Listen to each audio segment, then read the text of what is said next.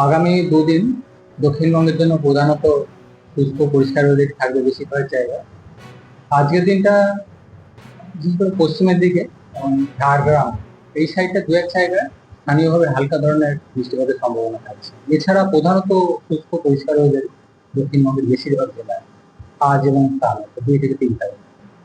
তাপমাত্রাটা অনেকটা অলরেডি বেড়ে গেছে, আরো 2 থেকে 3 ডিগ্রি মতো বাড়বে দিনের সর্বোচ্চ তাপমাত্রাটা। কলকাতা পার্শ্ববর্তী অঞ্চলের জন্য দিনের সর্বোচ্চ তাপমাত্রা আগামী 24 ঘন্টায় 36 ডিগ্রি কাছাকাছি থাকার সম্ভাবনা রয়েছে, 35 থেকে 36 ডিগ্রি কাছাকাছি। এবং পরবর্তী 2 দিনে আরো কিছুটা বেড়ে 36 থেকে 37 ডিগ্রি কাছাকাছি পৌঁছাবার সম্ভাবনা থাকে। ফলে 2 থেকে 4 তারিখে এই পিরিয়ডটা বেশিরভাগ জায়গাতেই দক্ষিণবঙ্গে গরম অস্বস্তিকর ওয়েদার থাকবে। বিশেষ করে কলকাতা সহ উত্তর দক্ষিণ 24 পরগনা, হাওড়া, পশ্চিম মেদিনীপুর, ঝাড়গ্রাম, বাঁকুড়া, পুরুলিয়া, বীরভূম এই জেলাগুলো বেশিরভাগ জায়গাতে গরম অস্বস্তিকর ওয়েদার আগামী 3 দিন 2 থেকে 4 তারিখ পর্যন্ত থাকবে।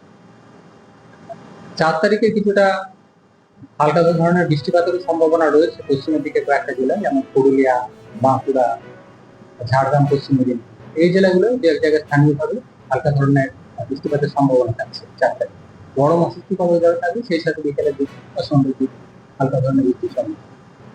5 তারিখ থেকে পরবর্তী 3-4 দিন 5 থেকে 8 তারিখ পর্যন্ত বিক্ষিপ্তভাবে বৃষ্টিপাতের সম্ভাবনা থাকবে দক্ষিণবঙ্গের জেলাগুলো।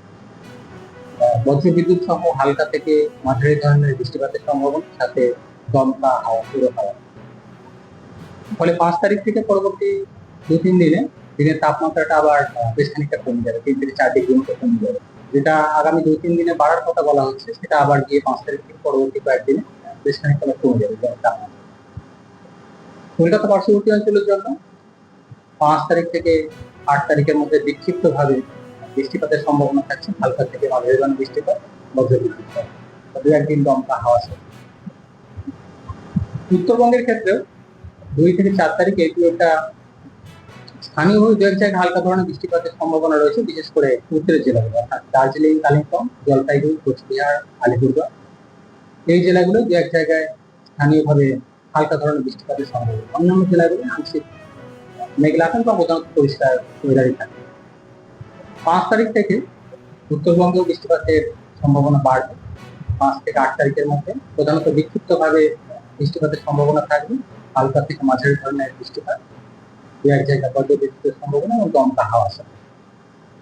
তাপমাত্রা উত্তরবঙ্গের জন্য আগামী 2-3 দিনে 2 থেকে 3 ডিগ্রি মতো বাড়ার সম্ভাবনা থাকে। তারপর 5 তারিখের পর দিয়ে আবার একটু বৃষ্টিপাত শুরু হবে, তখন আবার একটু কমে সামনে। তাপমাত্রা যেটা বলা হলো যে অলরেডি অনেকটা বেড়ে গেছে, আরো 2 থেকে 3 ডিগ্রি মতো বাড়বে। ফলে গরম অস্বস্তিকর ওয়েদার বিশেষ করে দক্ষিণবঙ্গের জেলাগুলির জন্য থাকবে। গরম এবং অস্বস্তিকর ওয়েদার থাকবে দিনের বেলাটা। ম্যাক্সিমাম টেম্পারেচার কলকাতা পার্শ্ববর্তী অঞ্চলের জন্য আগামী 2-3 দিনে 36 থেকে 37 ডিগ্রি কাছাকাছি পৌঁছানোর সম্ভাবনা থাকছে। অন্যান্য জেলাগুলোর তাপমাত্রা আরো কিছুটা বেশি থাকবে কলকাতার থেকে।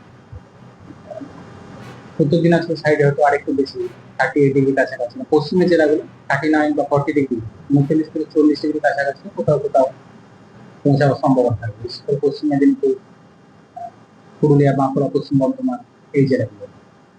ফলে গরম অস্বস্তিকর ওয়েদার দক্ষিণবঙ্গের জেলাগুলোতে আগামী 3 দিন থাকবে।